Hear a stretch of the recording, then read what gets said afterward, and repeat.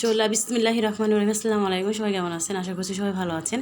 চলে আসলাম নতুন একটা রেসিপি নিয়ে। যেহেতু আজকে জুম্বাবার শুক্রবার, আমি চালের রুটি আর গরুর মাংস একদম নতুনভাবে আমি এটাকে ভুনা করব। নতুনভাবে না, মানে আপনাদের জন্য নতুনভাবে, বাট আমার জন্য খুবই পুরানো। আমি সবসময় এটা করি, চালের রুটি করলেই আমি এরকম করে মাংসটাকে রান্না করি। যাই হোক, আমি মাংসটাকে ধুয়ে হাড়, তেল বা হাড় মানে মাংস তিনটাই মিলেই আমি এখানে নিয়েছি। তারপরে এই চামচ দিয়ে 2 চামচ আদা বাটা, 2 চামচ জিরা বাটা, আমি সব কিছু 2 চামচ পেঁয়াজ বাটা বা দেন 2 চামচ রসুন বাটা সবগুলোই দিব। কেন এখানে মশলাটা বেশি দিব কিসের জন্য? কারণ এটা মানে রুটি দিয়ে খাওয়ার জন্য, যাতে মশলাটা এর জন্য বেশিটা দেওয়া।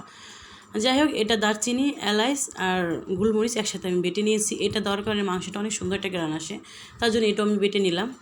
তারপরে এটা দিয়ে দিলাম। তারপর দিয়ে দিলাম হলুদ, মরিচ 2 চামচ, 1.5 চামচ হলুদ দিব। এখানে আসলে হয়েছে কি, এই জিনিসটা আমি যে মাখায়া তারপর আমি রেখে দেবো। এটা একবার ট্রাই করবেন যারা কখনোই যারা চালের গুঁড়ির সাথে বা চালের রুটির সাথে এই গরুর মাংসটা পছন্দ করেন, এটা তাদের জন্য আজকে। যারা পছন্দ করেন তাদের জন্য। যাই হোক, হলুদ এবং গরম মশলার গুঁড়া সব কিছুই দিয়ে, পেঁয়াজ কুচি দিলাম পরিমাণ মতোই, দিয়ে তেল দিয়ে আমি ভালো করে এটাকে মাখিয়ে নেব। এটা একবার ফলো করবেন, দেখবেন যারা চালের রুটি পছন্দ করেন আর যারা করেন না, এটা যদি ফলো করে আর রান্না করেন, অবশ্যই চালের রুটিদের খেতে বাধ্য হবেন। যাই হোক, এটাকে আমি সুন্দর করে এটাকে পুরো মাখিয়ে নিব। মাখানোর একদম মানে মশলা যেন ভিতরে ঢুকে যায়।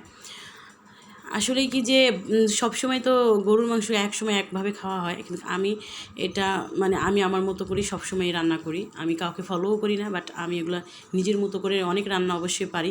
যাই হোক, আমি মশলা দিয়ে মাংসটাকে মাখিয়ে আমি নর্মাল ফ্রিজে রেখে দিলাম 1 ঘন্টার জন্য। তারপরে আমি ডোটা তৈরি করতে চলে আসলাম। পানি ফুটিয়ে তার মধ্যে পরিমাণ মতো লবণ, পরিমাণ মতো পানি, যে যতগুলো চালের গুঁড়া নেবেন সেই অনুযায়ী পানি নেবেন। পানিটাকে ভালো করে ফুটিয়ে তার মধ্যে চালের গুঁড়িগুলো দিয়ে এটাকে মাখিয়ে এটাকে ঢেকে রেখে দিলাম এক জায়গায়। তারপরে চলে আসলাম কড়াইয়ে পরিমাণ মতো তেল দিয়ে পেঁয়াজ কুচি দিয়ে ভেজে একদম বাদামি কালার করে ফেলছি। এখান থেকে কিছুটা পেঁয়াজ বেস্তা আমি তুলে রেখেছি। তারপরে গরম মশলাগুলো দিয়ে দিলাম, এলাচ, দারচিনি, লবঙ্গ, তেজপাতা দিয়ে তারপরে মাখানো মাংসগুলো সবের মধ্যে দিয়ে দিলাম। এগুলো তো পুরো নর্মাল ফ্রিজে 1 ঘন্টা রেখে দেবেন। এটা কী হবে, তখন মশলাটা ভালো করে ঢুকবে আর মাংসটা নরম হবে। এটা কিন্তু আমি বেশি পানি দিয়ে রান্না করব না, দেখতেই থাকুন। তারপরে মাংসগুলো দিয়ে ভালো করে নাড়াচাড়া করে নিচ্ছি, এপাশ ওপাশ করে দিচ্ছি। মানে এখানে যে পানিটা, তারপরে এটা আমি মশলাটাকে মাখিয়ে ঢেকে দিয়ে আসি। তারপরে এখন আমি এই মানে আটার ডোটা তৈরি করতেছি। যাই হোক, ওটা সুন্দর করে ওটাকে আমি মুথে নিলাম। তারপর দেখেন মাংসটাকে কতগুলো পানি ছেড়ে দিচ্ছে। তারপরে দিয়ে দিলাম আমি লবণ, দিয়ে দিচ্ছি পরিমাণ মতো করে, যে যার মতো করে দিয়ে নেবেন, কারণ লবণের বিষয়টা আসলে খেয়াল রাখার দরকার আছে। তারপর দিয়ে দিচ্ছি আমি যেহেতু ঝালের পরিমাণটা এটার মধ্যে একটু বেশি দেবো, আবার 2 চামচ আমি মরিচের গুঁড়া দিয়ে দিলাম, এখানে অ্যাড করে নিলাম। তারপর ভালো করে আবারও চারপাশটাকে দিয়ে নাড়াচাড়া করে নিচ্ছি, কারণ এটা চালের গুঁড়ি তো মানে মশলাটা তো অবশ্যই ভালো করে কষাতে হবে। তারপরে এটাকে ভাজা ভাজা করে তারপর আমি একটু ঝোলের জন্য পানি দিয়ে দিলাম।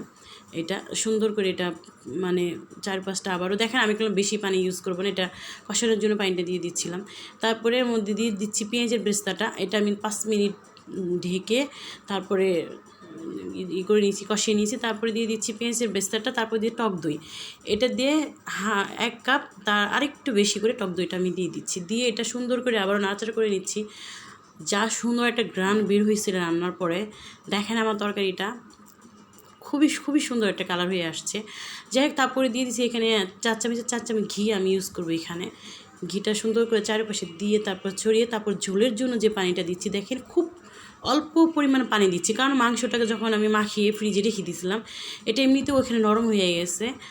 ঠিক আছে, এই যে অল্প একটু পানি দিয়ে আমি ঢাকনা দিয়ে ঢেকে দিলাম। তারপরে আমি এখন রুটিটা বানিয়ে নিব, চালের রুটি। এটা সুন্দর করে আমি গোল করে তৈরি করে নিলাম। তারপরে এখানে সে উপরে আবার চালের গুঁড়ি দিয়ে এটাকে সুন্দর করে আমি রুটিটাকে বেলে নিব।